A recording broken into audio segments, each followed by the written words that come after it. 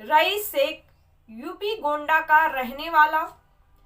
शादी की उम्र हो गई थी। माँ बाप ने सोचा कि हम इसकी शादी करवा देते हैं।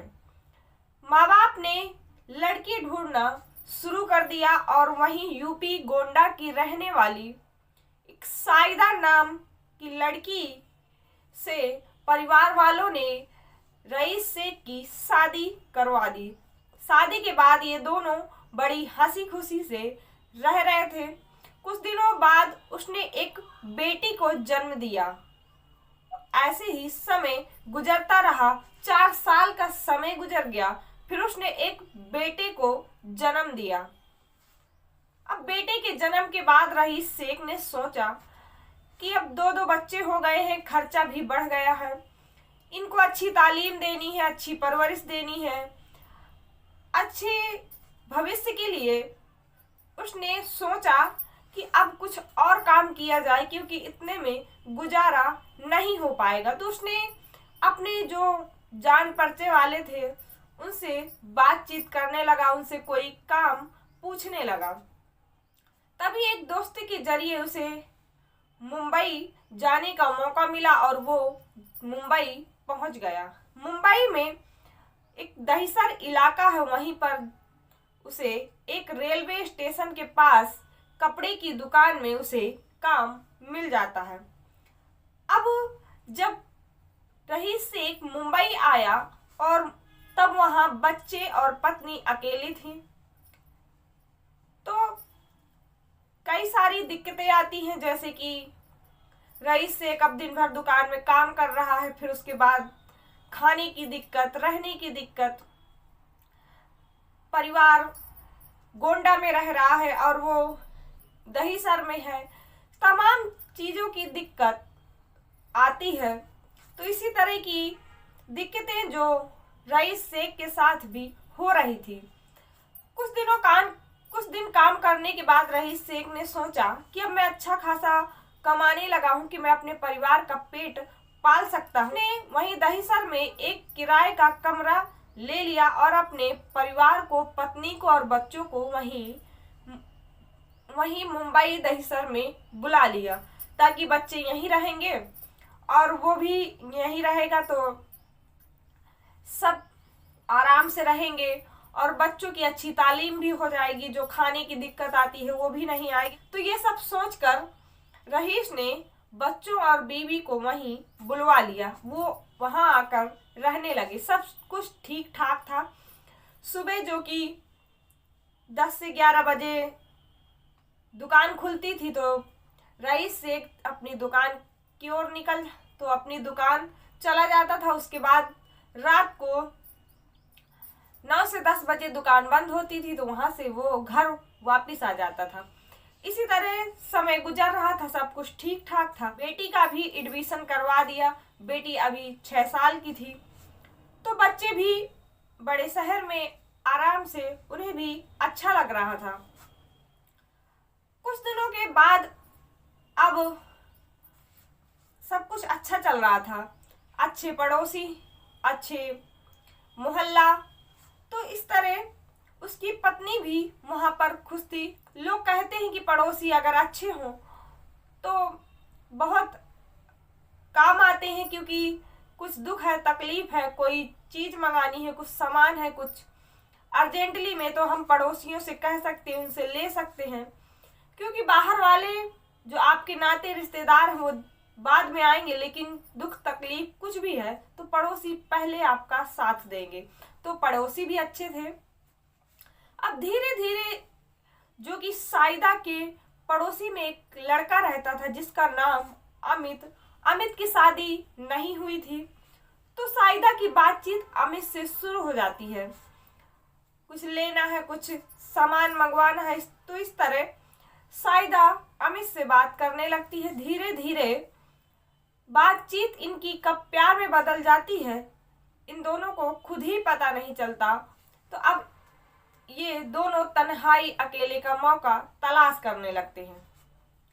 जब रईस शेख दुकान चला जाता था तो ये दोनों एक दूसरे से साइदा के ही घर में मिलते थे, क्योंकि बच्ची स्कूल चली जाती थी और जो छोटा बेटा है वो पड़ोस में कहीं खेलने उसको भेज देते थे। तो इस तरह ये दोनों वहीं मिलते थे। लेकिन कहते हैं ना, इश्क और मुक्स छुपाए नहीं छुपता। धीरे धीरे अब रईस को लगने लगा कि साइदा इस अमित से बात करती है और कई बार उसने पकड़ा भी, कई बार उसका जो शक था वो यकीन में भी बदला। तो उसने साइदा को समझाया और उससे लड़ाई झगड़े भी हुए। रईस शेख ने साइदा को समझाया तो रईस शेख को लगा कि साइदा अब समझ गई होगी और उससे दूरियां बना लेगी। लेकिन साइदा ने अमित से कोई दूरियां नहीं बनाई, वो लगातार उससे बात करती रही। एक दिन रईस शेख अपनी दुकान के लिए निकला। साइदा को ये उम्मीद नहीं थी कि वापस आएगा और साइदा ने अमित को अपने घर बुला लिया। लेकिन रईस शेख, जो कि उसके मन में भी अभी वही बात चल रही थी, उसको शक था, तो उसको दूर करने के लिए वो दुकान से अब घर के लिए निकल पड़ा। उसने दुकान में कहा कि मुझे कुछ काम है, मैं थोड़ी देर में आता हूँ, और वो घर के लिए निकल पड़ा। इधर साइदा और अमित घर में अकेले। उधर से रईस शेख जो कि घर में पहुंच गया। घर में पहुंचते ही उसने अमित और साइदा को उस हालत में देखा कि अगर कोई भी पति देखे तो उसे सहन ना हो। इस हालत में देखकर वो भड़क गया और बात आई गई हो गई। लेकिन उस दिन के बाद से ना तो रईस शेख दुकान गया और ना ही उसको किसी ने देखा। रईस शेख जो कि अपने जो गोंडा में उनके माँ बाप भाई रहते थे, उसे ऐसा कोई दिन नहीं जाता था कि रईस शेख वहाँ फोन करके बात ना करे, अपनी हालचाल और उनके हालचाल ना पूछे। लेकिन पहली बार रईस शेख ने अपने घर फोन नहीं किया तो उसके भाई को और माँ को कुछ टेंशन हुई कि रोज रईस फोन करता था, लेकिन आज रईस ने फोन नहीं किया। सोचा चलो आज नहीं कल करेगा।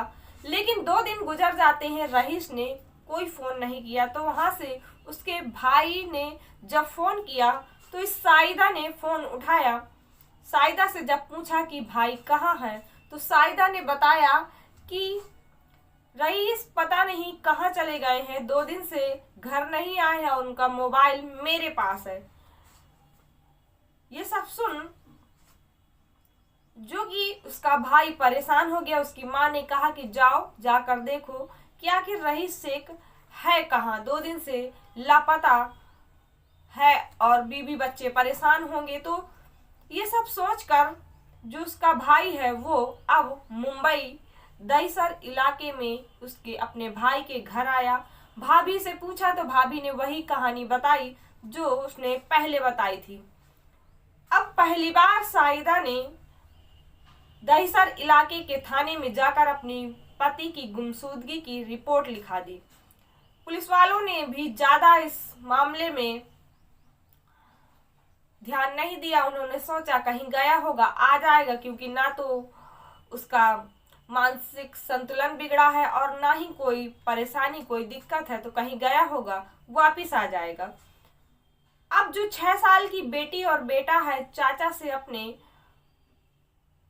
बड़ा प्यार करते हैं और चाचा जो कि उन्हें टॉफी चॉकलेट इस तरह की चीजें लाता है, खिलौने लाता है, उनके साथ टाइम बिताता है बच्चों के साथ। तो बच्ची जो बेटी थी वो अपने चाचा से बहुत प्यार करती है। क्या होता है बचपन में कुछ खास लोग होते हैं, जैसे मामा, जैसे चाचा, तो बेटी भी चाचा से बहुत प्यार करती थी। एक दिन माँ घर से बाहर गई हुई थी तो बेटी ने चाचा से एक बात कही।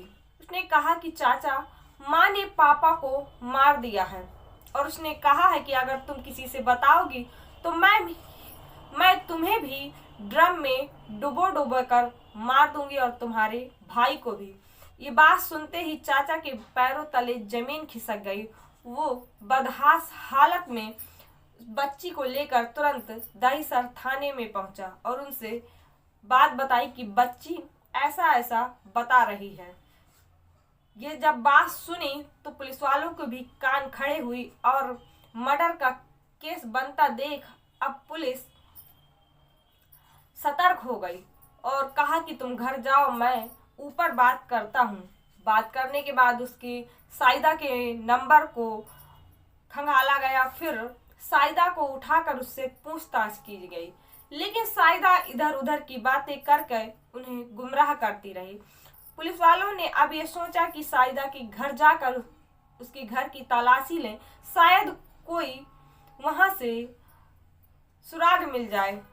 अब पहली बार पुलिस जो कि साइदा के घर पहुंची और वहां छानबीन शुरू कर दी, लेकिन पुलिस को वहां कुछ नहीं मिला।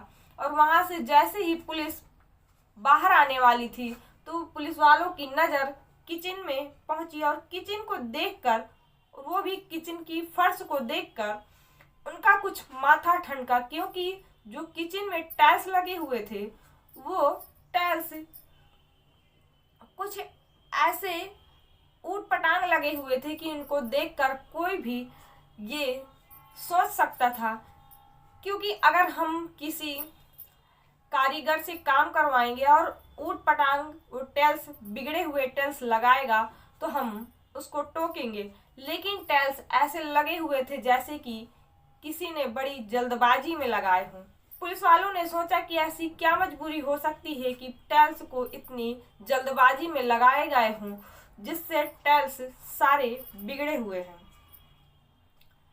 अब पुलिस ने साइदा को फिर से उठाया और उससे कड़ी पूछताछ हुई।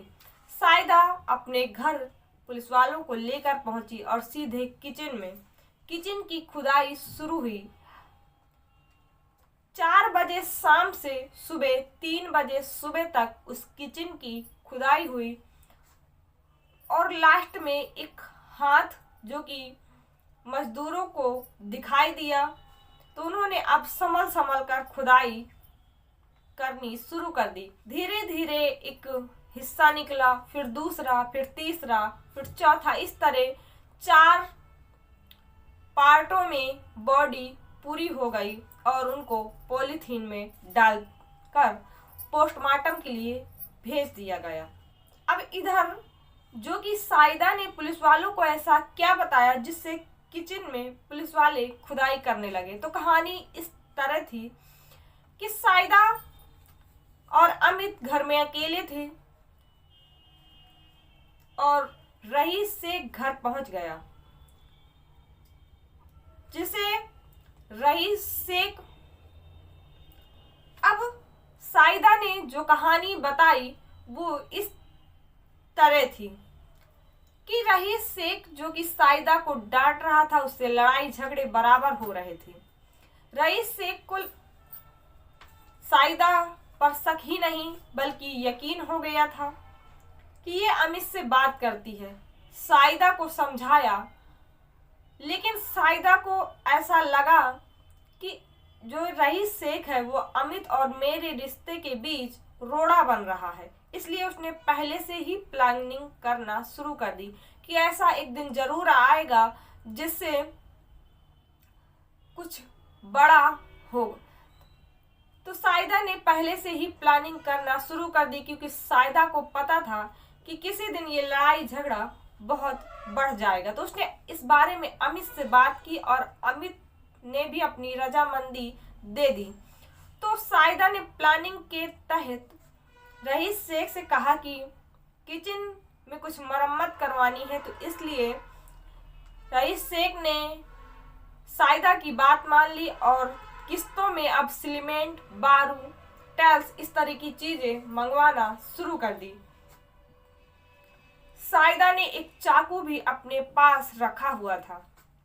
अब उस दिन जिस दिन रईस शेख दुकान से निकलकर घर पहुंचा, इन्हें उस हालत में देखा और देखकर वो भड़क गया। इन दोनों ने रईस शेख के ऊपर हमला कर दिया दोनों हावी हो गए और चाकू से उसका गला काट दिया। चाकू से जब गला काटा और उसके किचन में ले गए, वहां गड्ढा किया, तो उसकी जो बॉडी की लंबाई और किचन की लंबाई जो कि उसमें एडजस्ट नहीं हो पा रहा था, तो इसलिए उसके 4 टुकड़े किए गए और उन टुकड़ों को उस किचन के गड्ढे में डाल दिया। तभी इसी बीच जो कि उसकी बेटी और उसका बेटा जो कि पड़ोस में खेल रहे थे, वो दोनों अचानक घर आ गए और फर्श में खून खून देखकर वो हैरान हो गए और उन्होंने देखा कि मेरे पिता को माँ ने मार दिया और वो अंकल भी हैं। तो ये देखकर वो घबरा गए। अब इन लोगों ने भी बच्चों को देखा तो घबरा गए।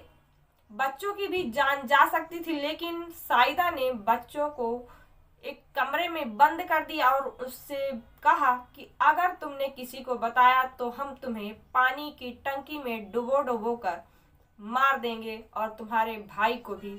तो बच्ची डर की वजह से, क्योंकि महज बच्ची 6 साल की थी, डर की वजह से उसने किसी से नहीं बताया और इन लोगों ने उसको किचन में दफन कर लिया।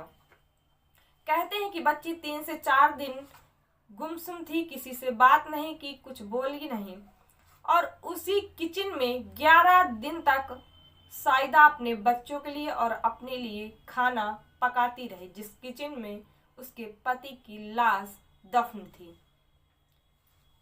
तो ये कहानी आपको कैसी लगी, आप हमें कमेंट सेक्शन में जरूर बताइएगा। जो भी भाई बहन हमारे चैनल पर नए आए हैं उनसे रिक्वेस्ट है कि चैनल को सब्सक्राइब कर लें। कहानी अगर अच्छी लगती है तो लाइक जरूर कर दें। तो आज की कहानी में बस इतना ही। मिलते हैं एक नई कहानी में एक नई जानकारी के साथ। तब तक के लिए जय हिंद।